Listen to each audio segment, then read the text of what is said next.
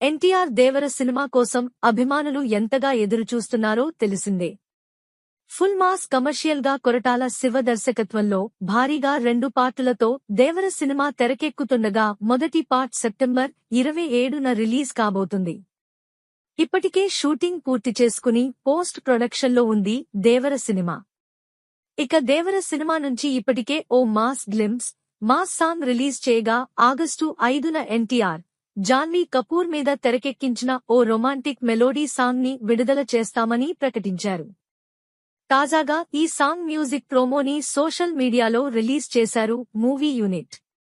ఎన్టీఆర్, జాన్వీ ఉన్న ఓ కొత్త పోస్టర్ కి ఈ మ్యూజిక్ జతచేసి షేర్ చేశారు.